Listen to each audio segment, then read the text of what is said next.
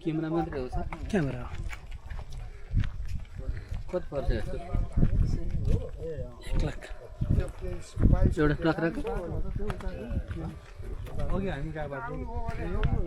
ठुलो बनाउन मिल्ने रहेछ हैन यता छेउको हैन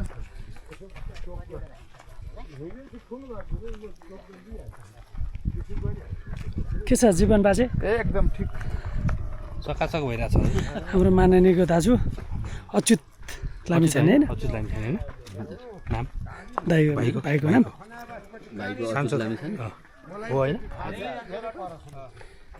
गल्ती जाने बाटो यस्तै भेट्छ गल्छानी यसले हैन जिल्ला